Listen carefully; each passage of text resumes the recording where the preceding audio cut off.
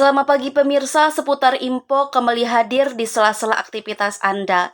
Bersama saya Pitaloka yang akan memberikan berita-berita terbaru dan teraktual.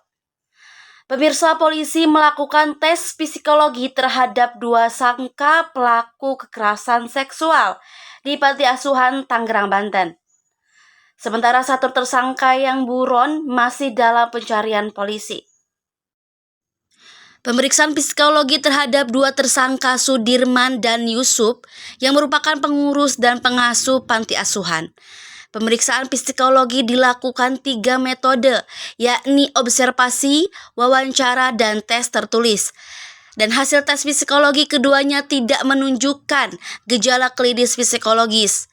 Polisi menyebut selain pemeriksaan psikologis, pelaku juga dilakukan dalam dampingan psikologi dan pemulihan trauma terhadap anak asuh dan korban kekerasan seksual panti asuhan. Ada sebuah kesimpulan, ada hasil yang didapatkan bahwa terhadap 2 tersangka ini tidak ditemukan atau tidak mengindikasikan gejala klinis psikologis. Kemudian di sisi lain, kami juga pernah menyampaikan bahwa anak asuh yang diantaranya atau sebagiannya juga ada yang merupakan korban tindak pidana ini telah dilakukan pendampingan psikologi oleh bagian psikologi Biro SDM juga. Terungkapnya kasus kekerasan seksual di Panti Asuhan di Tangerang, Banten, ini mengejutkan warga sekitar. Pasalnya tidak ada aktivitas yang mencurigakan di Panti Asuhan ini. Namun dari pemeriksaan belakangan diketahui, Panti Asuhan yang telah berdiri selama 20 tahun ini tidak memiliki izin operasi. Makanya nanti ke depan saya terus terang juga akan menghimbau atau memberikan suatu persyaratan gitu dalam rangka mendirikan panti asuhan harus mendapatkan persetujuan dari warga sekitar yang dikonsolidasi oleh RT RW. Jadi mendirikan seperti ini harus mendapat persetujuan warga sekitar. Sementara itu satu tersangka lain bernama Supriyadi kini masuk daftar pencarian orang. Polisi meminta tersangka untuk segera menyerahkan diri. Para tersangka ini terancam dijerat pasal pelindungan anak dengan ancaman hukuman selama 15 tahun penjara. Pitaloka melaporkan dari Tangerang, Banten. Baik, terima kasih. Kita beralih kepada Learning Journal. Pertemuan kelima membahas tentang sejarah perkembangan jurnalisme di dunia dan di Indonesia. Undang-undang pers, kode etik jurnalistik, dan prinsip-prinsip kode etik jurnalistik. Sebelum itu kita harus tahu pengertian dari jurnalisme. Jurnalisme berasal dari kata gabungan kata jurnal yang berarti buku catatan harian atau surat kabar harian, dan isme yang menunjukkan suatu sistem atau paham. Nah, lalu ada sejarah perkembangan jurnalisme di dunia dan di Indonesia. Awal mula jurnalisme muncul pada Romawi pada masa pemerintahan Julius Caesar pada tahun 100 sampai 45 sebelum Masehi dengan Akta Senatus dan Akta Diurna. Nabi Nuh dianggap sebagai jurnalis pertama dalam sejarah Islam. Lalu perkembangan jurnalisme di Indonesia dimulai pada masa penjajahan Belanda. Surat kabar pertama bernama Memories der Nobles diterbitkan oleh POC pada tahun 1615. Undang-Undang Pers, Undang-Undang Nomor 40 Tahun 1999 tentang pers.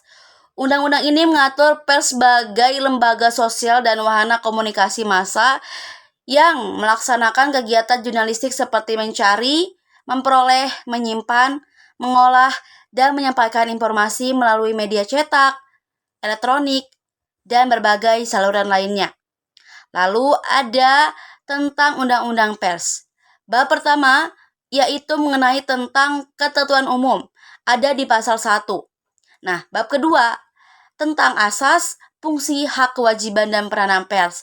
Itu ada di pasal 2, 3, 4, 5, 6. Nah, bab ketiga yaitu tentang wartawan. Ada di pasal 7 dan 8. Nah, bab keempat ini yaitu tentang perusahaan pers. Ada di pasal 9, 10, 11, 12, 13, 14.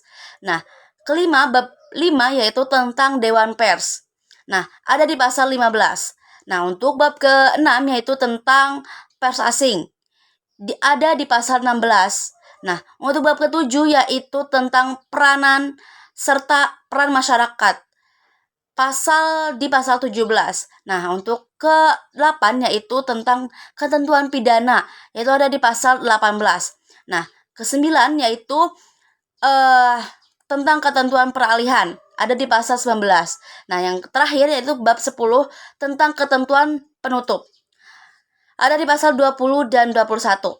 Nah, sebelum itu kita harus tahu kode etik jurnalistik dalam upaya mengembangkan kemerdekaan pers dan meningkatkan kehidupan pers nasional. Dibentuk Dewan Pers yang independen sebagai pelengkap dari undang-undang pers tersebut. Terus telah ditetapkan juga kode etik jurnalistik atau disebut dengan KEJ, kode etik jurnalistik, untuk wartawan dan organisasi pers. Kode etik atau KEJ berarti sebagai himpunan atau kumpulan mengenai etika di bidang jurnalistik tersebut yang dibuat oleh dari untuk kaum jurnalistik atau wartawan.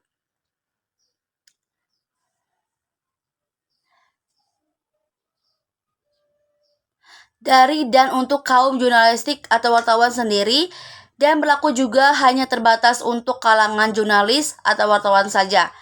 KEJ ini diatur dalam Peraturan Dewan Pers nomor 6 atau Peraturan DP bab ke-5 tahun 2008 yang mengesahkan SK Dewan Pers tahun 2006. Lalu ada prinsip-prinsip kode etik jurnalistik. Yang pertama yaitu wartawan Indonesia bersikap independen, menghasilkan berita yang akurat dan berimbang.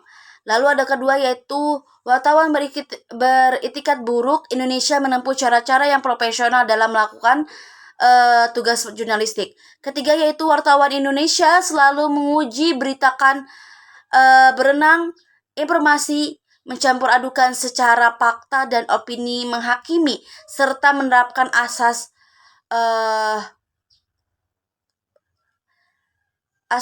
tidak bersalah. Keempat yaitu wartawan Indonesia tidak membuat berita bohong, fitnah, sadis, dan cabul. Kelima yaitu wartawan Indonesia tidak menyebutkan dan menyiarkan identitas korban kejahatan sosial dan tidak menyebutkan identitas anak yang menjadi pelaku kejahatan. Dan keenam yaitu wartawan Indonesia tidak menyalahgunakan profesi dan tidak menerima suap. Dan ketujuh yaitu wartawan Indonesia memiliki hak tolak untuk melindungi narasumber yang tidak bersedia diketahui identitasnya, keberadaannya, menghargai ketentuan embargo atau informasi latar belakang dan direkod sesuai dengan kesepakatan. Kedelapan yaitu wartawan Indonesia tidak menulis atau menyiarkan berita berdasarkan prasangka atau diskriminasi terhadap seseorang atas dasar perbedaan suku, ras, warna kulit, agama, jenis kelamin, dan bahasa, serta tidak merendahkan martabat orang lemah, miskin, sakit, cacat jiwa, atau cacat jasmani. Lalu kesembilannya itu wartawan Indonesia menghormati hak narasumber tentang kehidupan pribadinya, kecuali untuk kepentingan publik. Ke-10 yaitu wartawan Indonesia secara mencabut, meralat, dan